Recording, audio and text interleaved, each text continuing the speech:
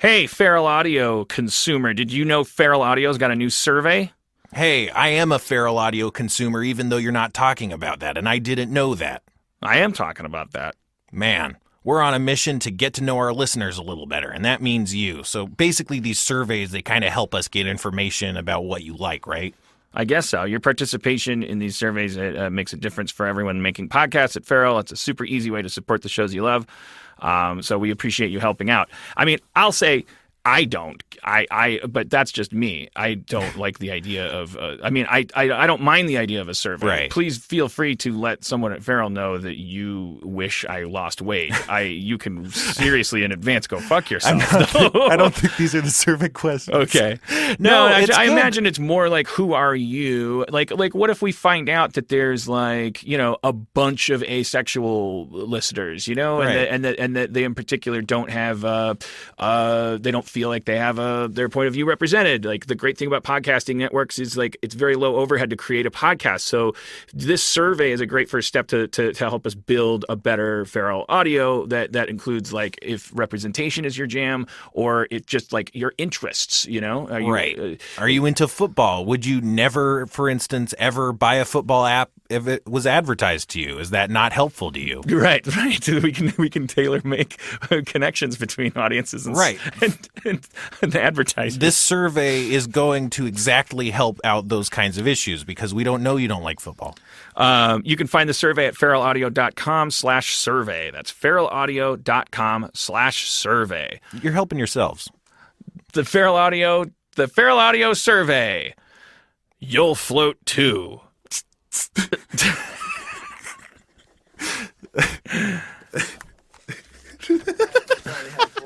Today's episode is brought to you by Last Rampage, the new true crime film starring Robert Patrick, Heather Graham, and Bruce Davison.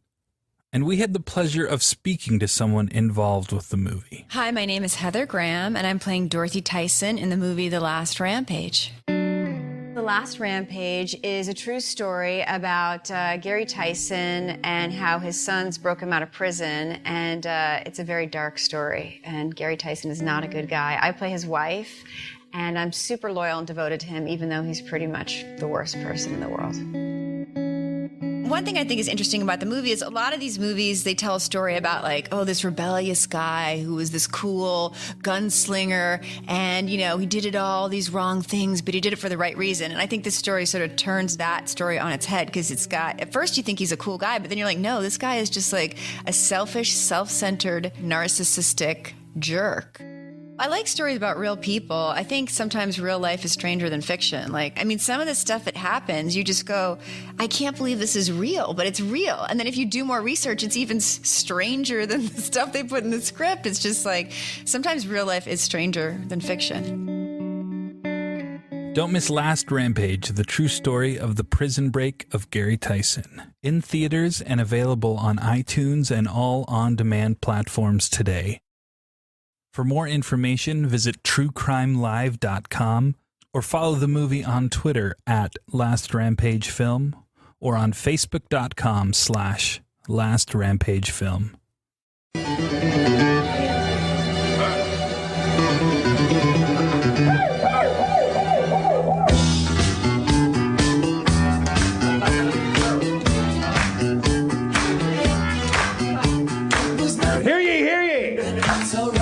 I call this Harmontown to order. Ladies and gentlemen, how you doing tonight?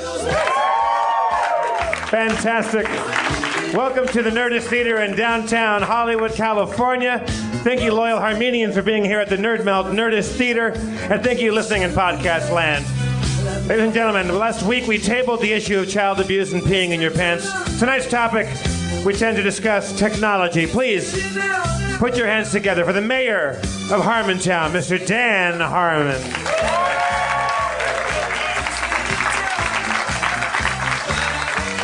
Thank you. Thank you. You're very kind. You're good people. I'm very excited. I'm in a very good mood tonight. Why is that? I'm writing 2 TV pilots for networks that were kicking my ass in the ratings when I was at NBC. It's very satisfying. Like, it's just like for 3 years I was told you get higher ratings, and I figured out how. Like, I know exactly how I'm going to do it. I'm going to go to the networks that have higher ratings, and I feel good about my decision, and I'm just in a smirky, smug, self-satisfied third act of a rom-com kind of mood. I just feel like I'm in the middle of a montage where there's like dissolving charts that are going up, and Casey Kasem's mentioning me, and Sigourney Weaver's seeing my ad on TV and changing her mind about my wacky ways. Things are moving up for Old Man Ghostbuster. That's the reference I was making. You 25-year-old fucks. Sorry, that's a trademark of the show. I get angry at you for being young, but I'm not in a get off my lawn mood. I'm in a get on my lawn mood. Get on my lawn, you fuckers. Let's party down like we're at a Yanni concert. There was a guy named Yanni. You young fucks. You are in a get off my lawn mood. No, I'm Deep not. down, you are. Nah. I love you, kids. I love you so much. I'm gonna write a pilot for CBS. That's how much I love you. That's a weird reaction. CBS. Now, if I were you guy, I wouldn't have to. I see the tweeters that are coming back at me in the comment sections under the press releases are like, well, that sucks, because it's like, oh, he's selling out. Yeah, maybe I might. For like 6 months, I might give that a taste. I might kick back in a hammock a little bit and get out a Hanna-Barbera remote-controlled lawnmower, sip out of a coconut. I was told not to work so hard for 3 years. I'm gonna put that theory to the test. See what kind of TV that generates. I don't know. Do you have any ideas? No, sir. No. No, my idea is to write mainstream television. I mean, at some point, though, you're going to have to... Nope. No? No, because if my first meeting at one of these places, if I say, I have this idea, these firefighters, and, they're kind of an unlikely family, but, when you join the fire department, like, you're forced to work with other people. Maybe you don't like them so much. Sounds like you do have an idea. No, I'm saying if I said this, if this was my idea, I don't know. The first thing they're going to say is, I love it. And the second thing they're going to say is, could the firefighters be police? And if I'm really, like, jazzed about the firefighter idea, then I'm going to go, I think I should be a firefighter. And they're going to go, difficult. But if I don't care, then I'm going to say, yes, they should be police. You're brilliant. They should be police.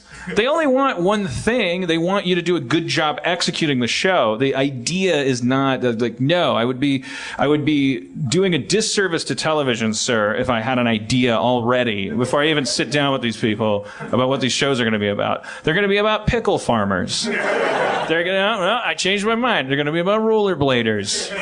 No, you know what? Fuck rollerbladers. They're going to be about human spiders. Unless that's not what they want. I want to see the Human Spider Show. It's weird because they're human, but they're spiders. There's going to be some very, very funny situations that arise from that. You should call it Spider-Man. No, all right. I like it. Spider-Human. Yeah, Joel, Cheers wasn't an idea. That's a bar. That's what I mean. I mean, do you have your? Is it a taxi stand? Is it a bar? Why not let them handle that? Why is that the hard? Why not let them say, you know what's hot these days? Slinkies. Yeah, you're right. Slinkies with 2 E's and a Z. That sounds like a good idea. Now, I'm making it sound like I'm going to write something dumb. That's not the point. The point is I'm going to hoist my sails to the wind that's there. Unfortunately, I furnished the rumor mill with a lot of rumors about what a shitty boss I was. I don't know. I haven't seen any official accounts of how bad I was at my job. Do you think that you were a shitty boss, though? Like by your own standards? Well, no, not by my own standards, but the problem is it's an elitist industry, so certainly by the standards of the poor fucker that has to to haul cable down on the set, who would have to haul it, like his job is harder the more time I take with a script or something like that. So yeah, by his standards, by anybody's standards who would prefer the schedule work better, I'm a shitty boss because I took my work too seriously. Now, do you think that you can easily slip from single camera half hour into multi-camera? No sweat, buddy. Here's the thing: more cameras. It's like if in baseball you could have 2 bats in your hands. Yeah, but that's more cable for more sorry fuckers. Yeah, but they're gonna get home by 5. N-word. because you're gonna, you're putting on a little play every week. Look, you can't just say N-word, and think that you're not, that the people don't know what that I saying. mean. Yeah. They know what you just called me. Yeah, but the point of the N-word is not the word isn't like abracadabra that actually casts a magic spell. Can you feel all the eyes burning the back of your head? Our ambassador, African American in the front row. Yeah. The only 2 black people in the building are seated in the front row right now. I mean, you're so lucky you sat in the front row, because if you were in the back, like turning, you can say. But anyways, no, I'm right on this one. I don't mind. Like you say the word N-word, you mean 2 things. You know what I mean culturally, but also if I'm saying it instead of actually saying it, what it means is I respect the idea that that the word is an insult. You know what I mean? Does that make sense? Yeah. Yeah, because the word. Don't ask me. Ask him. The word isn't. Well, I'm not going to ask. I'm also. He's not. He doesn't get to answer for the whole race. That's racism. Fuck him, or I love you. I don't. It depends on you. Your individual performance as a human being. That's non-racism. Is when we don't know from like we don't think that he's talking. He's not the Borg.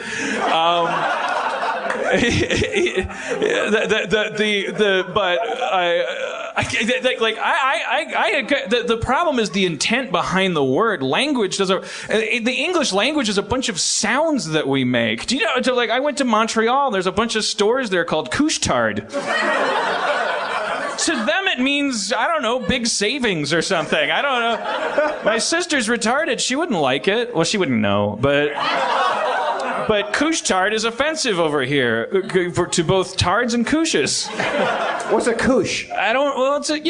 It's what your Scottish friend would call a wizard. We just found out, we have a Scottish friend, we just found out that a slang term for vagina is wizard sleeve. Wizard sleeve. I thought she said wizard. I was like, that's the first great word for a vagina, that's so respectful.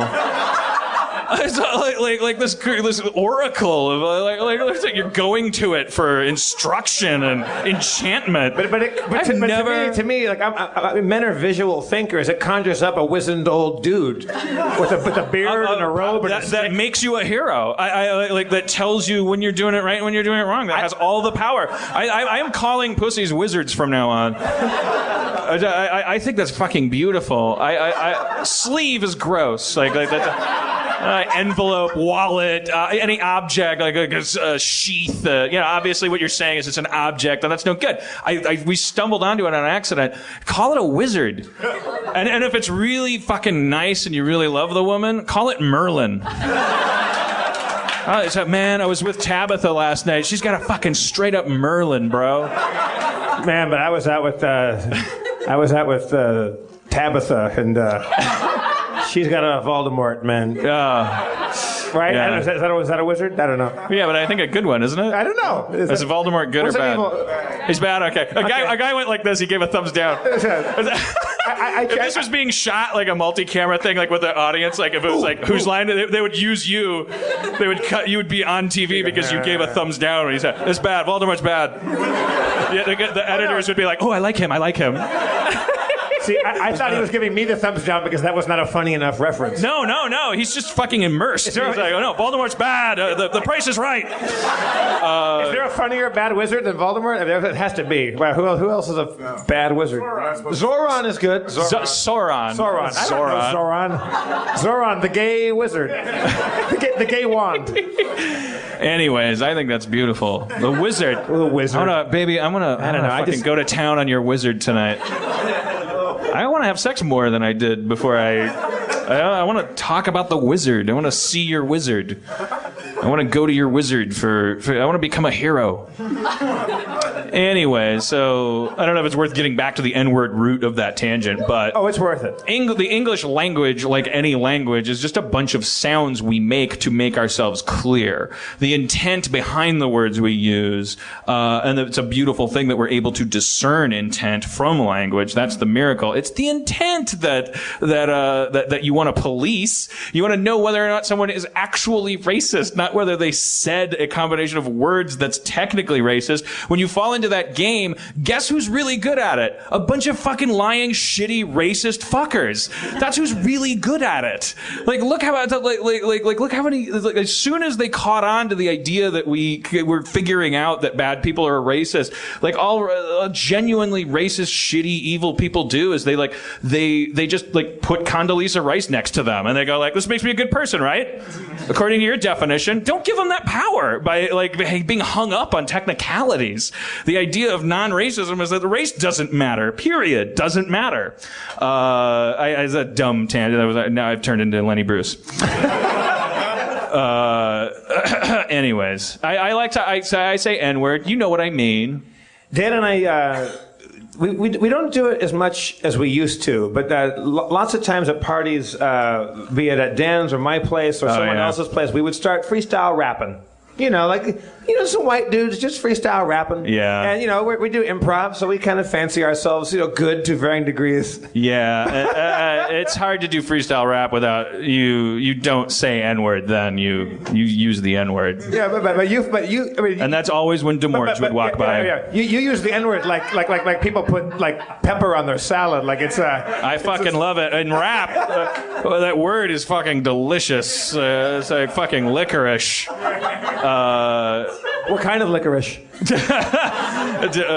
N-wordish licorice. If I was able to say it, that'd be a fucking awesome rhyme. We were at some party. We're all going around in a circle. We're like, okay, it's a song about bacon bits. Bacon bits. Rap. Yeah.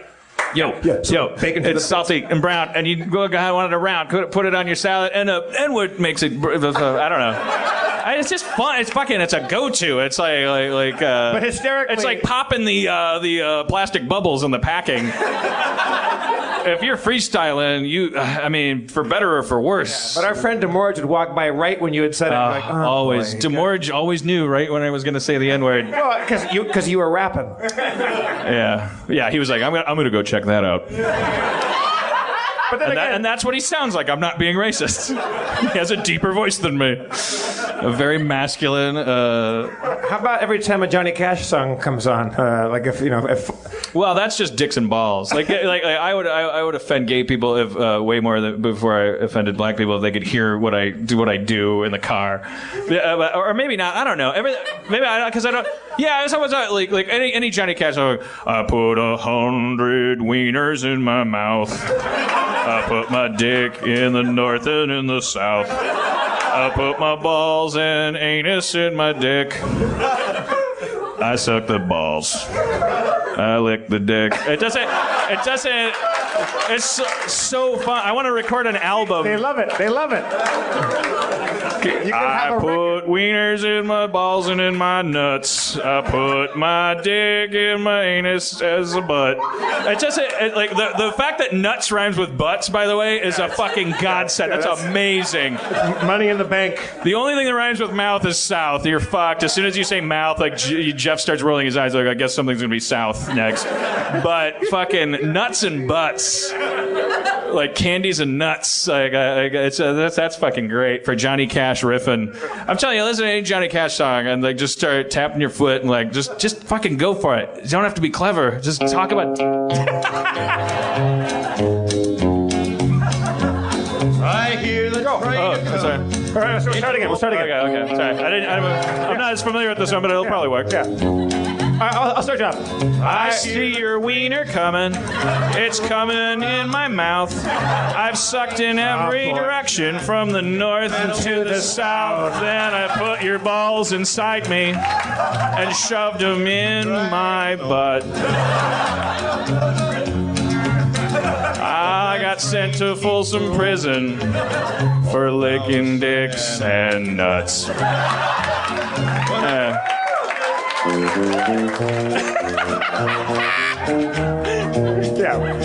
You take this one. Come on. Come on, Jeff. We'll go back and forth. This is forget when he starts.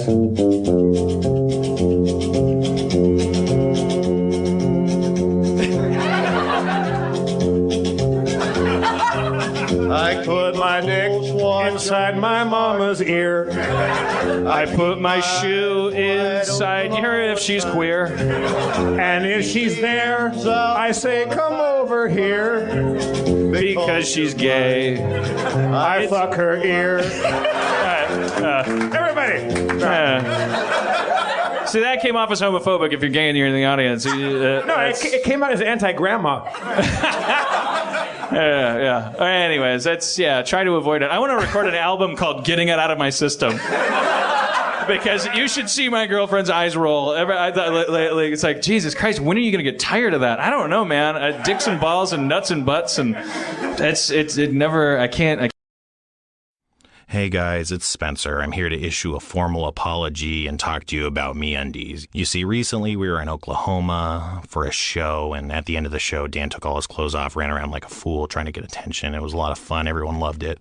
They loved it so much, I was jealous. I wanted to get some attention for myself. I took off all my clothes, ran around too, but I crashed into a table, spilled McDrinks all over myself. And I just want to tell you that you don't have to have all your underwear disintegrate off of you like I did. You can use MeUndies and elevate your underwear game to the next level. What is MeUndies? Oh, just some seriously soft, feel-good undies delivered right to your door that won't disintegrate when you crash into a table of drinks. MeUndies are designed in LA and made from sustainably sourced micromodal, a fabric 3 times softer than cotton and 3 times less disintegratable. MeUndies softer than soft luxe undies come in an ever-changing selection of classic colors, bold shades, and adventurous patterns, so you can tailor your undies to your own personal style, even if your style is crashing into beverages or just swimming in your own pants. And guess what? You can save time and money each month with a monthly subscription, and you save a lot of money by not getting arrested for public indecency. And if you're not ready for a subscription, that's okay. You can still save because MeUndies is offering you 20% off your first pair. Just use our special URL, MeUndies.com/Harmontown, and get 20% off your first pair. So go ahead, flood-proof your underwear drawer. You deserve it. Once again, that's MeUndies.com/Harmontown, MeUndies.com/Harmontown. That's MeUndies.com/Harmontown. Can't stop. You and I were talking about, like, do you you don't like being alone, and do you talk to yourself? And you say you kind of mutter to yourself. Like when I'm alone at home, I don't know if I share this with any of you out there. I live alone. I haven't had a girlfriend in 1,000 years. I'm a bachelor. I'm always either nude or in my underwear, and I'm singing. I'm rapping, I'm singing, I'm dancing, and it's so stupid. And I play a game with myself. Can I embarrass myself? Can I get up to go make a sandwich from my couch and do a dance that even I go, dude, come on. And I can. It is possible to embarrass myself. And as I told you last week, I can't do it, so that's why I have a girlfriend. Like, I keep her around because you reminded me, I pulled this up. I went to see Jesus Christ Superstar with Aaron in New York, and there's a song in there that's like, why should you want to know? Don't you know about the future? That song. I got so it was so locked in my head. Jesus Christ Superstar is filled with these infectiously like catchy earworm songs, and you can't stop. If you've never seen it, I swear it's the most obnoxious thing. It's the first time you watch Jesus Christ Superstar. For the next 3 weeks, your friends are gonna hate you unless they're on the same mushroom and doing it with you. You're just gonna be like humming these songs and all that stuff. And I got reinitiated into it, and I wrote this down. This is how pathetic I am, because I was like, I'm really onto something here. Why put wieners in your butt? Don't you know your butt's for pooping? You got to keep the dicks outside. If you use your butt for wieners, you're gonna make it get too wide. I have one that I created on the tour bus. I know this one. To Lionel Richie. Stuck in you. I got my penis so deep in your hole, now my dick's in your shoe. That's a long, long way. Yeah. That is a long way. Lionel's right. Alternate timeline Lionel Richie is right about that. That's a long way when your dick's in the shoe. I thought you were going to do the Pringles thing. No, we've done Pringles dick before. Yeah, but just come on.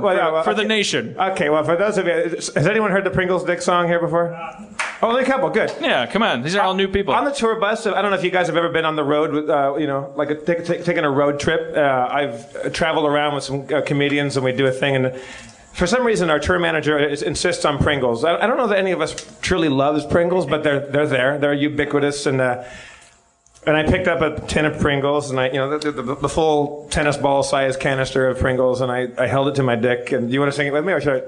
No, you do it. Yeah. Come on, take your fucking. All right, so as I'm sitting with a Pringles dick in my lap, like it's a big heart on it. Some people call me Pringles dick, but I never really found out why.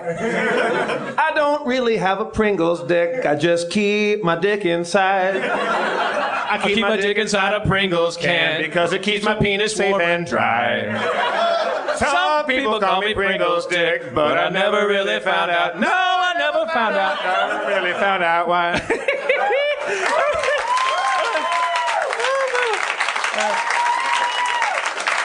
That's really satisfying. We have a deep, abiding passion for making up songs. We were talking weeks ago about how we miss golfing. We were golfing 9 holes. That makes it sound like a bunch of rich twats. But no, it's that shitty one in Atwater Village. Par 3 course, it costs $5. Everyone should go golfing. Or, it's a good exercise, whatever. I'm not going to sell it. Fuck you. I am a rich twat. So I was golfing with Jeff, and we spent all 9 holes the entire time, which takes like an hour and a half or something. Like we got for obsessed. Us, I was like, we gotta. Started singing the Night Court theme, which is like blah, blah, blah. A lot of you'll be lost by this because you don't have that Night Court theme locked in your head. But I started riffing lyrics to it, and then we got obsessed with we gotta fucking syllabically lock it. It's this perfect Rubik's cube. It has to sound exactly like the theme to Night Court's lyrics. That if the producers of Night Court heard it, they would go, "That's it. That's perfect." Does anybody nothing ironic. Does anybody here know? Can anyone think of the Night Court theme? Is it? Do you have it clear in your head? No, nobody. So that was our challenge. We have to come up with Night Court lyrics that are perfect, that match it syllabically perfect, that are tight, no fucking playing syllabic games where you're no repeating words just to fill in a syllable, but also it had to pass muster with the producers of Night Court in our head. Right. I think if you and I stay friends till the day we both are dead, we'll never write a more perfect song. And also, I think that was the acme of our friendship. I think you and I have never been closer. We've never been more productive. We've never been more joyful. We've never been more on the same team. So I'd like to present to you my theme from Night Court because I can't say all that and then not do it. Yeah, you say. Days. Sorry. Me. Days in the courtroom aren't much fun. Come to the Night Court, everyone. Your frown's on trial.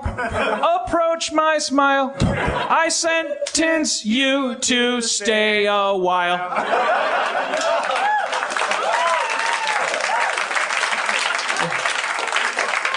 And we were just jumping up and down on the 9th hole. We did it. We did it. And it's like that video game that no one can understand. Your mom comes in and goes, "Why are you getting so frustrated by this thing? Why don't you just cheat or stop playing? Then you'd win." And you don't understand, Mom.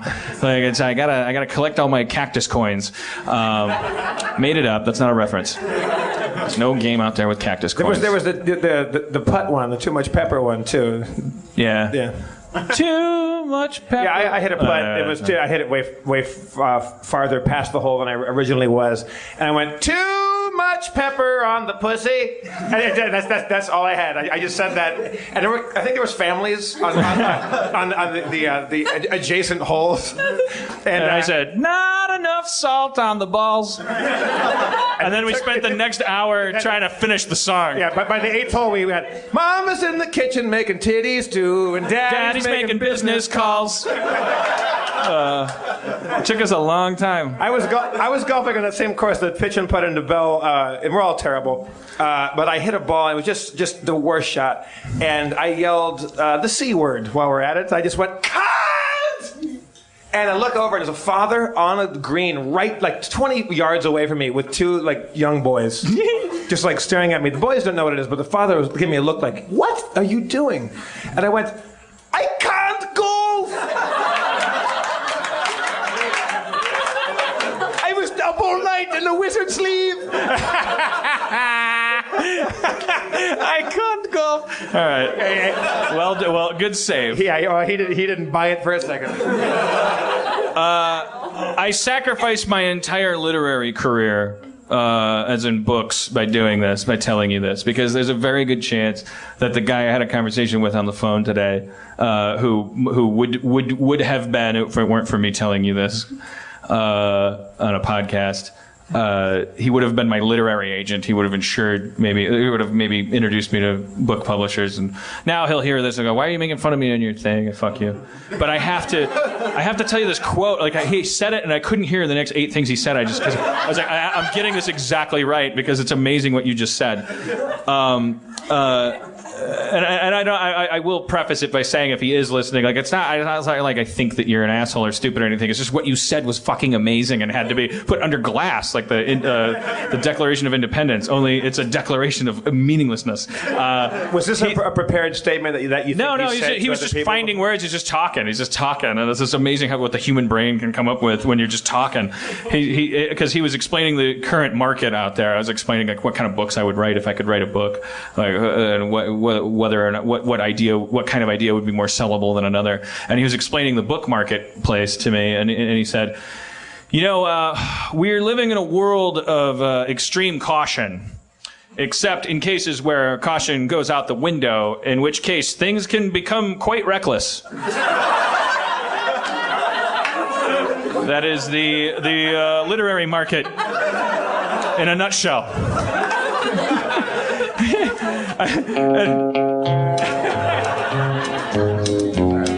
You got it? I make up words when I'm talking, because I don't know what to say. I'm gonna string some thoughts together, and they might come out gay, but I don't mean homosexual. I don't want to offend anyone. I mean gay like it was retarded. There I go, gun. There you go again. By the way, my sister's retarded. So, cha-ching. A comedic cha-ching. Now, was there a discussion after he said that? Did you address that? No, I was just maybe he heard my thumbs rattling on my iPhone. I was like, yeah, whatever you were saying. He was probably telling me the cure for cancer, and I was like, get this right before it seeps out of my 39-year-old brain. Fred Willard, much? I was out of town. I missed the news. Well, no one was there, or he wouldn't have done it. What do you mean you were out of town? We were all out of town. I'm just saying I had nothing to do with it. I'm saying I was not around a TV or a newspaper or anything. So. I only bring it up because I want to talk about how insane it is that people are still bothering to arrest people. What were the details of the actual case? If you don't think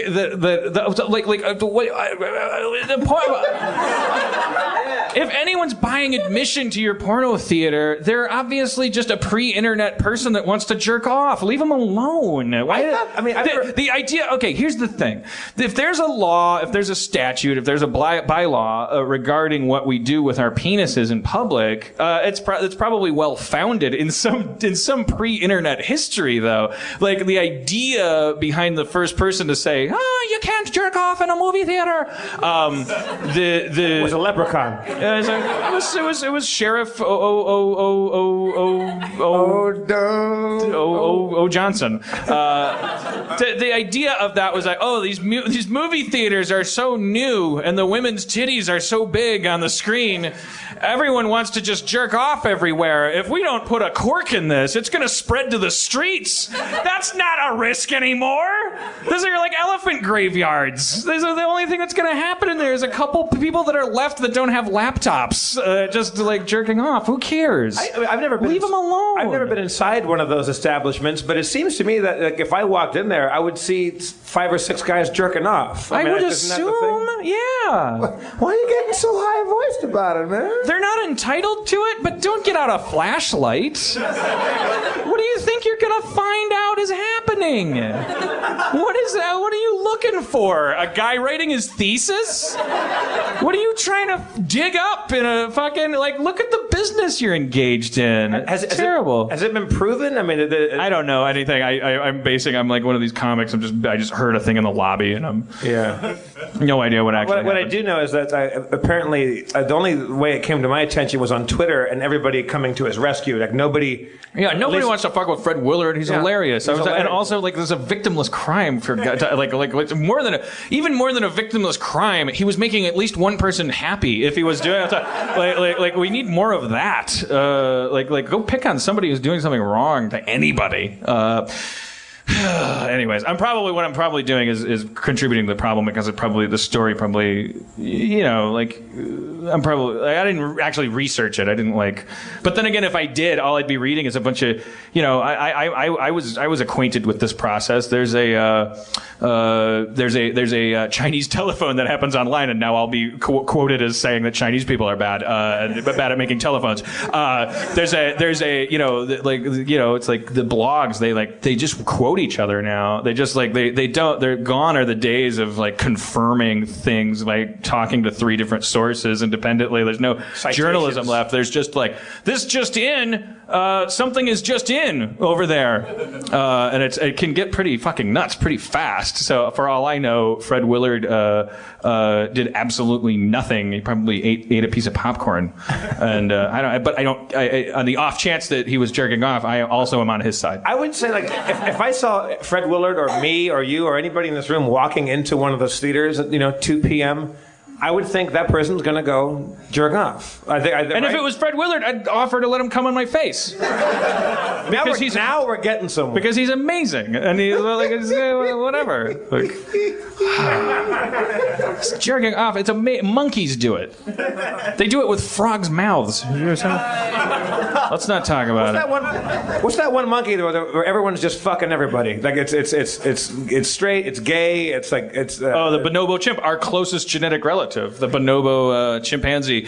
For a long time, scientists they ignored the fact that the bonobo chimp, out of all the varieties of chimps are 99% identical to us genetically. The bonobo chimp is 99 point something. It's as close as you can get to human while staying a chimpanzee.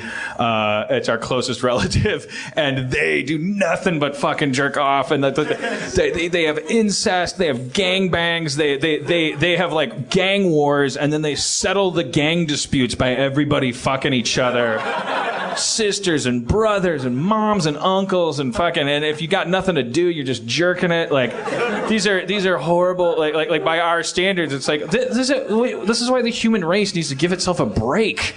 We didn't invent anything that makes us unseemly. We didn't invent assassination, lying, war, anything. The only thing that makes humans different from all of our primate cousins is compassion. That's the one thing that we bring to the table that's brand new. We bring the concept that we actually kind of like each other and would even sometimes take a bullet for each other. That's our thing. That's what humanity is. All this stuff that we think is original sin and all this stuff, it was invented by squirrel creatures that came before us. They started lying to each other with their faces. The first thing that happened is things that were climbing in trees, these mammals, they developed stereoscopic color vision because it helped them, number one, jump from branch to branch. So our eyes face forward, 3D, so you can see in 3D. So you can, unlike dogs and turtles and shit, you have depth perception. So you can jump from a branch to a branch. Then the other thing is, meanwhile, color vision. Why? Fruit. So you can tell the fruit's rotten or what the good stuff is.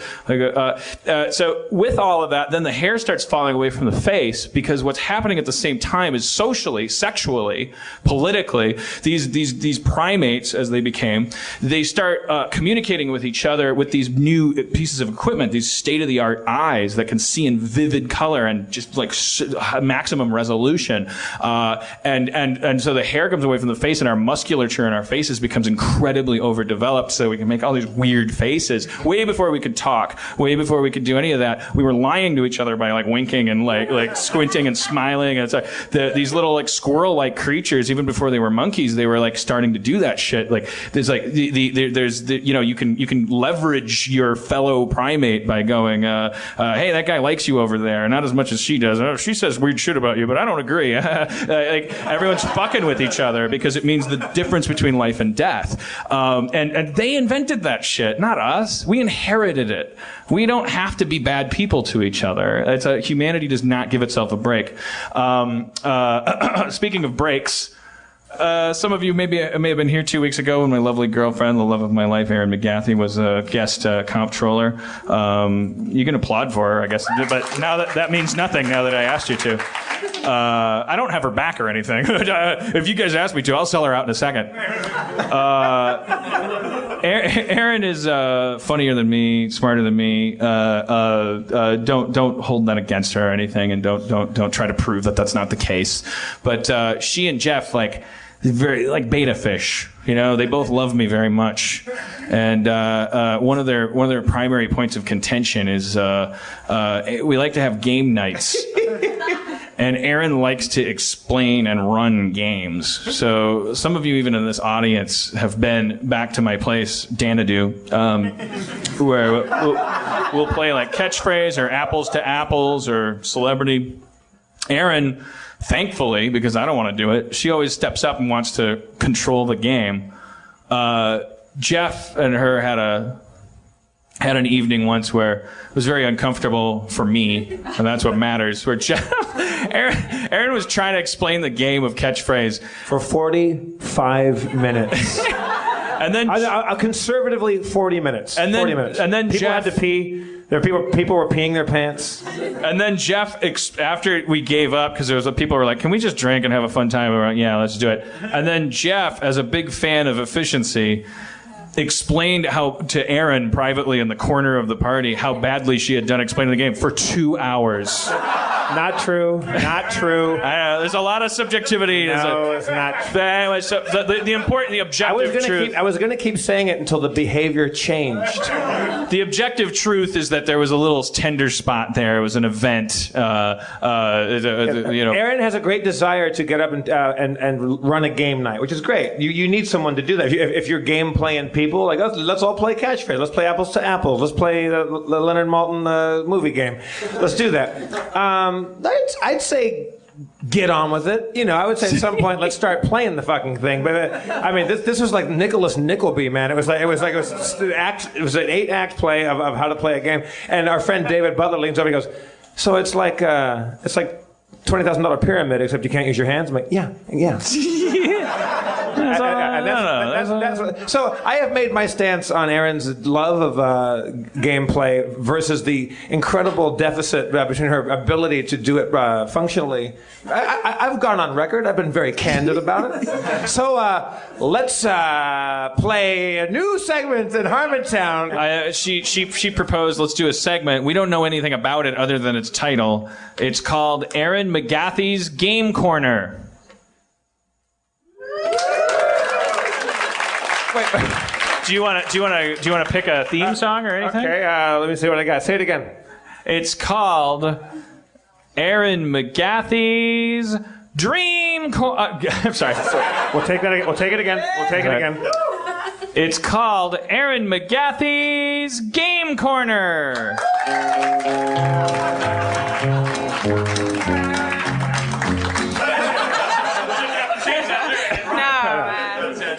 Thanks for that intro, guys. Super supportive. Really nice. We're just trying to help. This isn't supposed to be a bit about how I'm bad at explaining games. Speed it up. Oh. Yeah. Welcome to Erin McGathy's Game Corner. The two players in tonight's game are Dan Harmon and Jeff Davis. If we can have them sit in the McGathy Game Corner seats. The game tonight is the Anthony game. The Anthony game. Everyone loves it. Everyone plays it all the time. The Anthony game. Is there an Anthony in the audience who I interviewed earlier? Yeah. All right, Anthony, come on down. Let's give a round of applause for Anthony. All right. Also, is there anybody precocious and in need of some stage time right now? Just raise your hand. Green shirt, you got a smiley face on it. That's the guy that gave the thumbs down to Dumbledore. All right, come on down. So you can go ahead and sit right here. All right, what is your name, smiley face? Justin. All right, tonight's game is the Anthony game. Before the show, I walked out and I saw Anthony in line and I interviewed him about his life. Yeah. The two of you are going to guess, you're going to answer questions about Anthony's life. The first person to 15 points wins the Mick Trophy. Because my last name is McGathy. The Mick Trophy. The Mick Trophy. There are 4 different categories that you can choose from question-wise. Love, childhood, personality, and wild. Anthony, before we get started, can you tell Jeff and Dan, what do you do, Anthony? I'm a PA. You're a PA? Are you a PA for anything right now? No, not right now. I mainly work in post-production. Great. And what's your favorite sound effect? My favorite sound effect? Just do it. I like the slide whistle, but I guess... Let's hear what it sounds like. Perfect. All right. That's all you get to know about Anthony. All right. Welcome to the Anthony game. All right. So, Jeff, you're going first. You can choose from the category love, childhood, personality, or wild. Love. Anthony and his girlfriend have been dating for A. False.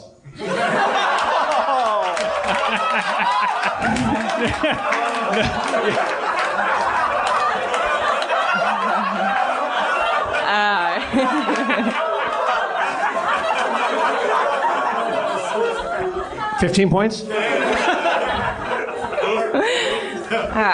You're a real hero. Anthony and his girlfriend have been dating for A, 1 year, B, 1 month, C, he does not currently have a girlfriend. I hate to dogpile. I'm going to go with C. That is correct. He does not currently have a girlfriend. 1 point on the board for Jeff Davis. Your best years are ahead of you. All right, Dan Harmon. I hope so. You may choose from the categories love, childhood, personality, or wild. Personality. Personality.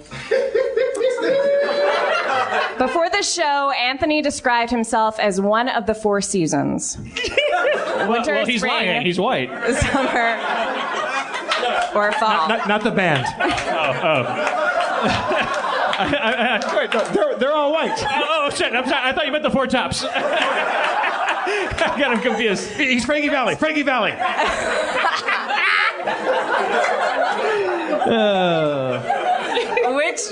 Which of the 4 seasons, winter, spring, summer, or fall, did Anthony describe himself as? Definitely fall. That is correct. He did describe himself He's as wearing fall. autumnal colors. Even he actually has the fall foliage colors. And his eyes are dying. like once beautiful leaves, like they're turning. He's falling into Anthony game. All right. Game where Anthony gets made fun of. Jeff Bryan There will Davis. only be one loser.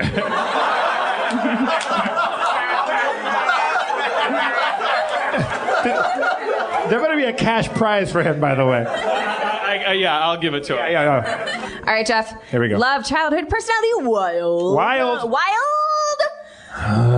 Anthony has A, never broken a bone, or B, never broken a sweat because he has a sweat gland disorder. Hey. You are correct. Harmon, love, childhood, personality, wild. Love.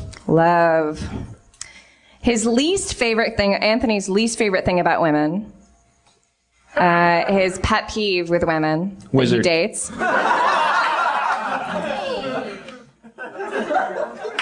is A, that they're overly controlling, B, that they're overly sensitive, or C, that they're overly slutty bitches. I'm gonna. This is not That's the time guy for you to who's not grind your here on axes, it. sir. There's a guy yelling out, "See, by hook or by crook." He seems like a good kid. So, okay, sensitive or controlling. Sensitive or controlling. Well, his biggest complaint about women would be he would. I would say A. Controlling. Anthony. It's B. Sensitive. Fuck. I'm sensitive. God damn it! And it's extra like whenever we don't get one right, it's like oh shit, another question. Like That just added 7 minutes to the show. Get them right. Right. Let's we should start conferring together. We're gonna open up to the crowd. We're gonna get And this. now The 10-point round. we enter the lightning round. Entering the lightning round, Anthony's favorite part of the woman's body is A, boobs, B, Legs. butt, C, back, D, the top softest part of their head. Legs. wait, that wasn't an Tits. option. Back. Tits. Back, Jeff. Back of the Jeff tits. has The back of the tits. It's back. It's back. It's called the lungs. Anthony's celebrity crush. You have to wait until the end of the question. Jennifer Aniston. Is A, Emma Watson, B, Kate Blanchett, C, Keira Knightley. Go. Knightley. Watson. Yes, Dan is correct. It's Emma Watson. Nancy Drew, Anthony was born in Denver, The Colorado but River. raised in A, Miami, B, Boston, C, New Orleans, D, Modesto, E, Cleveland. Jesus Christ. D. F. A. B. C. You have to say D, the F. city. Modesto. Miami. Boston. There are other ones. You said everyone. but the Miami, one. Boston, New Orleans, New Orleans. Modesto, Cleveland. Cleveland. Yes, Jeff is correct. Christ. This game has loopholes, Dan. There's loopholes. You can just say them all. You can just say them all. Anthony's favorite. Remember them all and say them in order. That one was hard because there was 11. That kind of threw us. The human brain remembers 7 things. When Jeff does this, he A, hurts my feelings, B, makes me feel bad about myself, C, makes me feel insecure. All of the above. All right, here we go. Childhood. Anthony, we're friends. I know. Okay, all right. Anthony's favorite show. I'm just making fun of you. That's fine. I think your bit implies that you would actually prefer if we were very stoic and took it all. That would be fucking horrible. Play the game, Harmon. You don't want us to take this seriously. No, I don't. Maybe my part of the bit is that I'm reacting to what you're doing. Okay, all right. We're all yes-anding each other. Yeah. It's like Inception. Which is my favorite movie. All right. When Dan and I have sex, he A, makes me wear a tie, B, makes me wear a suit, C, makes me cut my hair and gel it, D, makes me pretend that I'm controlling a ship. No laugh. I'm sorry. That was all right. Dustin, edit that out. All right, here we go. Dustin, Anthony's favorite. leave it in. That stays in the fucking cut. I'm really sorry. We're halfway done, you guys. Cirque du Soleil is coming out at the break. Anthony's favorite show as a child was A, Teenage Mutant Ninja Turtles, B, She-Ra, C, Simpsons, B, the New Kids on the Block cartoon show. Simpsons. New Kids on the Block Simpsons cartoon is show. correct. She-Ra. Simpsons is correct. He's not old enough for She-Ra. You dumb asshole. All right, the first person to Also, describe... Sorry, Anthony's sibling situation. Like how many brothers and sisters? Suicide. Will they, won't they? Abject shame. I made up a new word it's a compound word. Abject shame. I'll take the answer hot. Who said hot? Me. So I've got 14 points right now. All right. Final question. We're tied at 14, right? Final I'm question. not good at math, but I'm pretty sure we're tied. Justin? This is the final question. It's worth 80 points. There we go. That's the stuff. Was he brought up A, Methodist, B, Baptist, C, Catholic, D, Pentecostal? I know this. My vote, D. What? Pentecostal. Because I know one other person from Cleveland. He was Pentecostal. I'm going Pentecostal as well. Okay, well.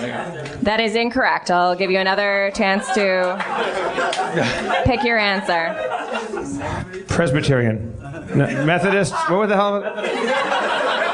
Baptist. No. I'll say Methodist. I'll say Baptist. Methodist. Catholic. Yes, Catholic. Hey! Catholic. We did it. All right, final score. Justin, here, let me get you on the mic. Got a final score. Thank you, Aaron.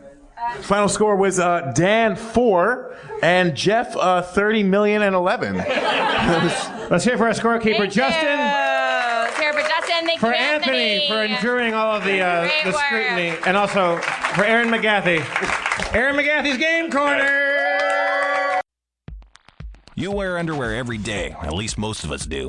It's time to try something better. MeUndies has created the world's most comfortable underwear with a blend of fabric that's 3 times more soft and more delicious than cotton. When you feel awesome from the inside out, you look awesome from the outside in. When you upgrade your undies game, everyone wins. Life feels better in MeUndies. MeUndies is made from modal, a fabric that's 3 times softer than cotton and loved by Dan's dog Nigel. MeUndies has tons of colors and patterns from classic to bold to adventurous, and they're the only brand with matching pairs for men and women. And all orders in the US and Canada ship for free, so if anything eats your underwear, you can get them instantly, no problem, no hassle. And if you don't love your first pair, and you will, MeUndies will pay you back and you can keep it for free. No questions asked. Feed your dogs. I just got my pair in the mail and it's amazing. I'd be wearing it right now if Nigel didn't bite a hole in the ass. That's why I subscribe, but you could also just save additional savings by purchasing in bulk. Make sure you go to MeUndies.com/Harmontown to get 20% off your first order, and make sure to use that link, MeUndies.com/Harmontown, so they know we sent you. All right, wear underwear, do it. Give it to your dogs. Everyone's happy.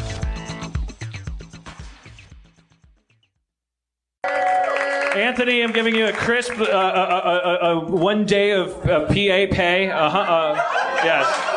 Well, that was fucking rough on him. That was rough. Oh, yeah, Anthony wants to say something. I think he's entitled. I think that's the best version of a game show about my life that there could be.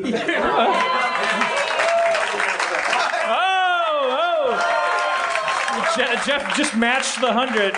So Anthony walked away $200 richer and just an irreplaceable piece of his soul shy. I'm sure that's. You like money. Did anyone else in here sympathize most with me? Just really put yourself in my shoes. Who cares whether she's good or bad or whether he's right or wrong? What about me? Put yourself in my shoes, in the sitcom of my life. These two going at each other. It's a rough life for me. This is happening to me. I think she's fantastic. I think you're fantastic too, Jeff. I wish you two would just fucking get it over with. I think she thinks the same thing about us, and Now, Dan, I know that we might have drifted kind of far afield, but tonight we announced that the topic tonight was technology. So let's roll into these technology Dan questions. Harmon, as a dutiful mayor of Harmontown, went amongst the attendees here, the loyal Harmenians, and went out and asked people technology questions. I pulled a few out of the bucket here. Would you like me to crack this off, Dan? Yes. Crack it. In no particular order. Let's do. By the way, tonight's question round is brought to you by a sponsor. This is what Jeff and I have decided we're going to do. We're gonna break the mold with sponsorship. Like, we're not gonna just do the Adam and Eve spot that you hear on other podcasts. There's like a couple of people who are financing podcasts right now. We're in the early days of this new medium, and what's happening is these there's a couple of sponsors that are kind of bankrolling everybody. We have overhead. You saw us give a couple of hundreds to Anthony. Just threw it at him. Just fucking destroyed your soul. Have 100, kid.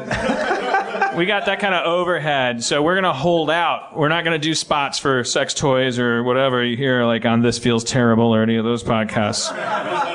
Or Mark Maron, coming for you, bro. We want the big ones. We're going to pioneer. I want Nike. Okay, and the way we're going to get Nike isn't going to be by going hat in hand. We're going to do spots for free for fucking Adidas until Nike begs for mercy. You hear that, Nike? Yeah, you fuck faces? Yeah, you know what, Dan? You give us our fucking money or we're going to keep promoting Adidas, you pieces of shit. Dan, the tables are turned, Dan, N-word. I own both Nike and Adidas. I'm wearing Adidas because those Nike people, they just won't fucking pick up the phone. They don't give a shit what people think. George Bush and Nike don't give a shit about black people. Adidas.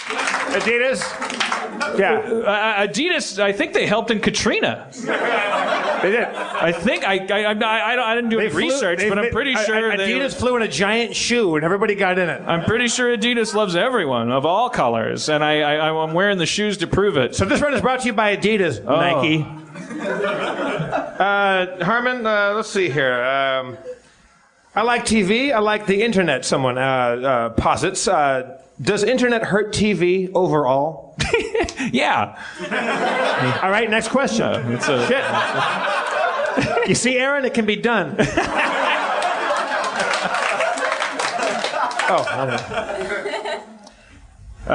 a lot of robot questions. I want to get to some robot questions here. Here's one I liked a lot. Is the singularity nigh? And if so, how will it affect my sex life? Be as specific as possible. Is this the physical singularity, the possible of all mass and matter in the universe recoalescing into one infinitely small, infinitely dense point? That's the opposite of the Big Bang, right? No, is that what? Wait, so come up here, sir. Come up here. Tell us what the singularity is. Just is it a sitcom? No. I just watched Terminator: Sarah Connor Chronicles, and they defined it. When robots become so smart that they can replicate themselves with smarter versions of robots. That's what they said. All right. Now we're gonna. Is that? Can I get a second nerd opinion? All right, you come on. This guy he's got a shirt on that says "God is a Moog." You're not a musician. It's okay. So technological singularity, when technology becomes so advanced that it exceeds human intelligence. Well, that's kind like of what he Skynet. said. Yeah, like Skynet. He kind of okay. All right, you guys are not enemies of each other, and when the singularity does come, they're going to drive a wedge between you. You're going to be in the same trench, using dogs to detect rubber people. Get along. Raise your standards. Lower them, I mean. All right. No, the singularity is not nigh. Because of capitalism. You can't make a fucking flash drive that works on two computers in the same day. We are a long ways. We have to have a complete societal collapse before we're able to make technology that actually functions in a cohesive way. We're still trying to figure out. We're all caught up. We have so much technology right now. We could make anything we wanted. We have the technology to make like a robot dude that would walk around and high five everybody. Like we just can't do it because the Sony says, well, it should have a memory stick in it. And then Microsoft is going, I think it should have a micro bead. All right, Harmon, here's another question. What fictional piece of technology would you most like to see in real life? For example, hoverboards, they say. Like, what fictional piece of technology would you like to see in real life? Right. Oh, that's great. That's fucking great. That's so great it'll destroy the show because I have to think about it so long. It's like asking a fat kid what kind of hot dog. Because I'm gonna go with wizard sleeve. Hey, that exists, man. It's right down the street. I'm torn between. I want virtual reality on a level where the video games are just like holodeck, fictional reality. I want holodeck. I want to be able to simulate fictional realities. That's the fictional science that I want more than anything. Because teleportation, like all you're going to be able to do is go to Afghanistan really fast. It's still shitty there. I want video games to be so good that I don't care that Afghanis are outside my door. We're very upset. I want to spend the last years of my life pretending I'm Sherlock Holmes, solving the case of the missing pussy. Easiest case to solve in my version. I'm knee deep in it. Elementary, my dear Watson. Dan, what rights do robots have? 3.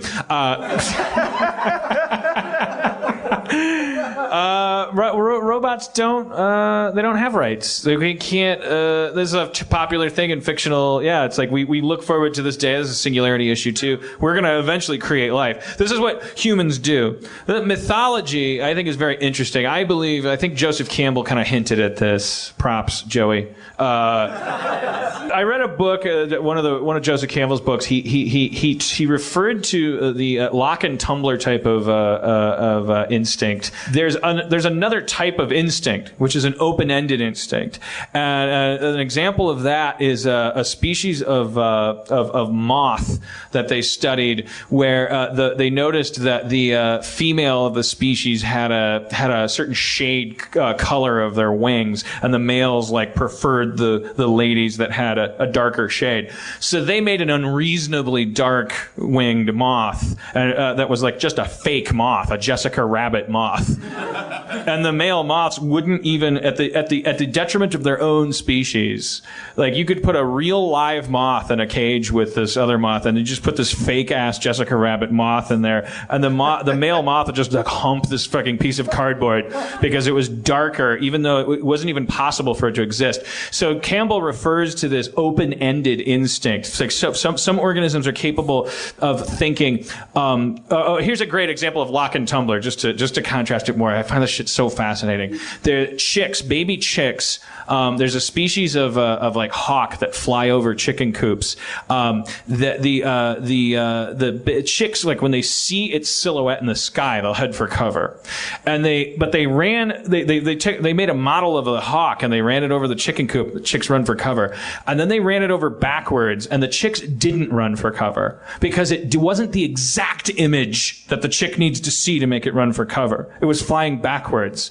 Even a newborn chick, just born with a script that it was running. And if it doesn't fit the cue exactly, then the chick doesn't engage in the behavior instinctively. Contrast that with the moth that wants to fuck the darker chick, the better.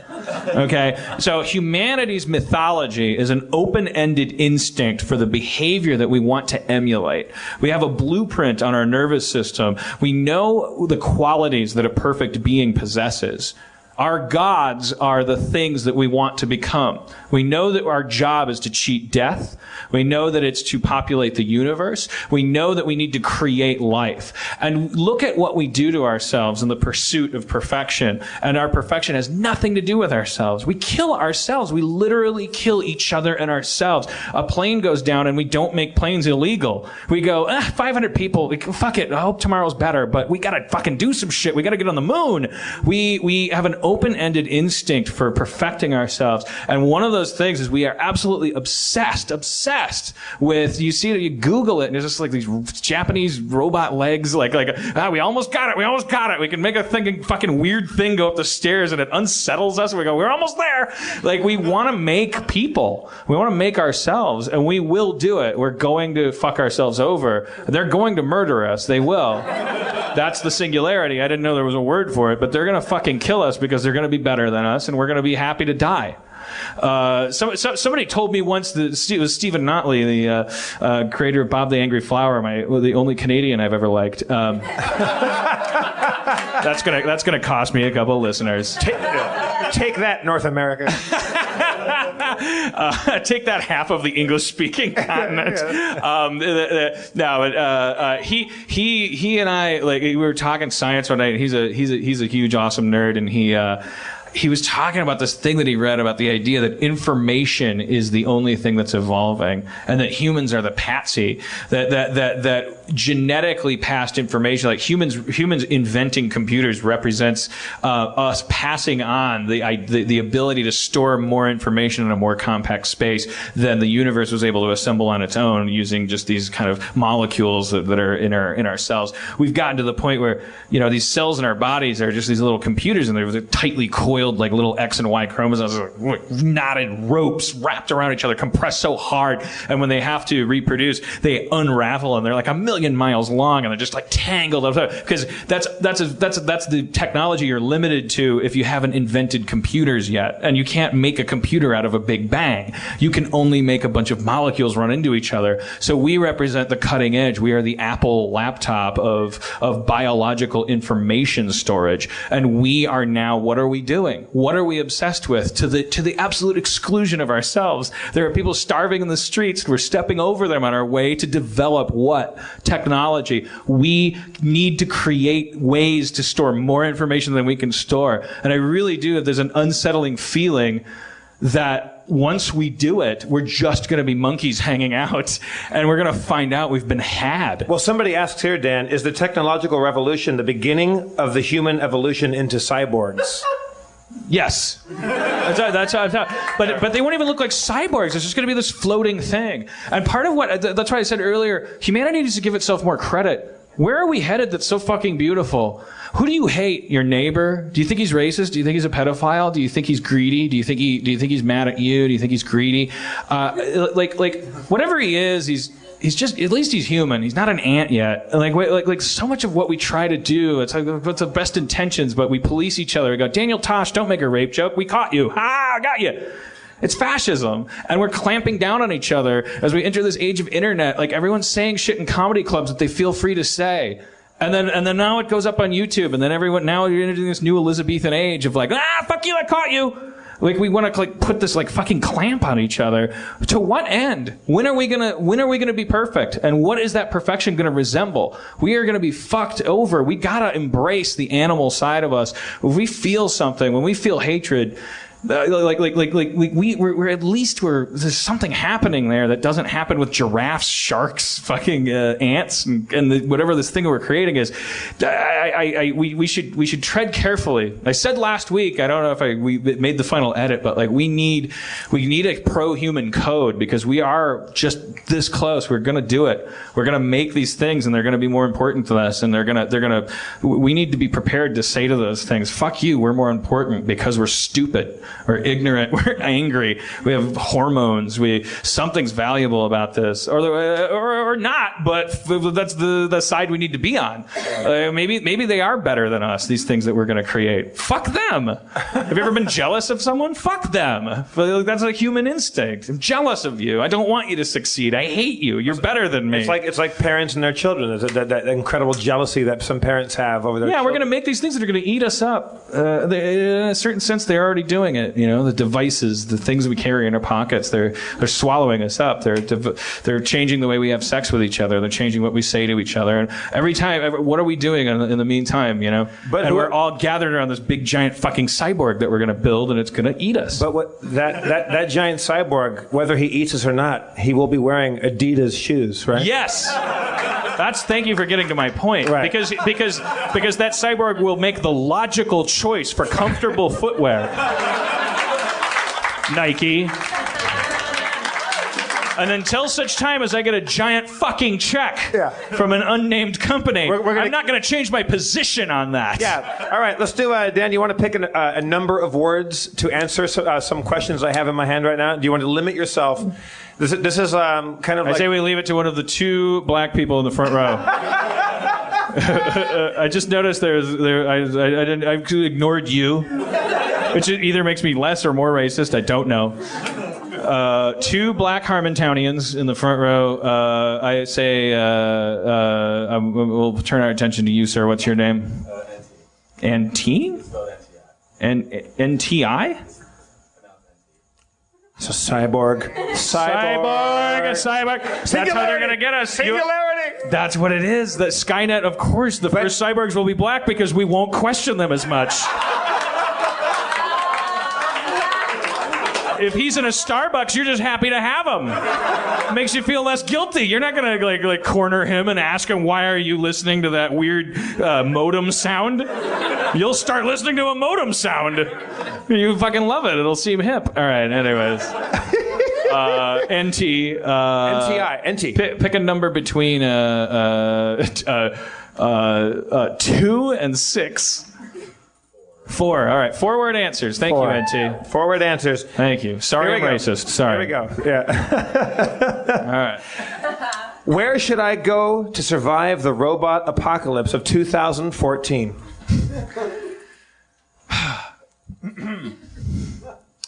Flagstaff, Arizona during Christmas.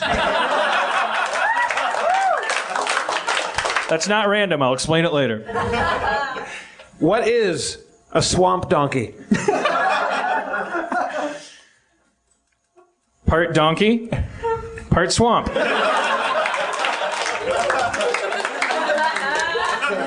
Should robot marriage be legal? Only among consenting robots. Nice. Pen or techno pen?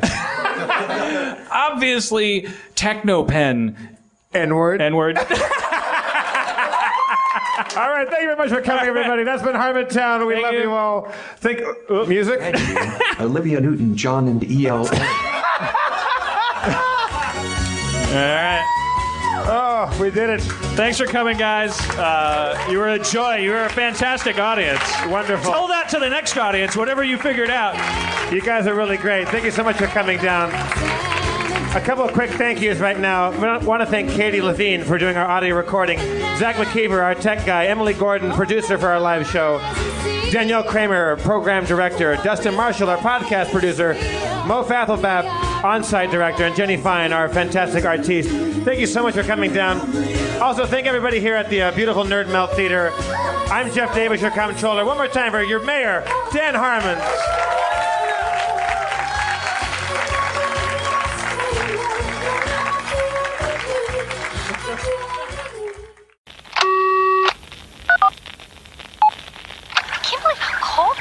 It's so cold in here. Don't you think you can turn off phone and look at me now? I think it's so rude. You're so As a branch of the United States government.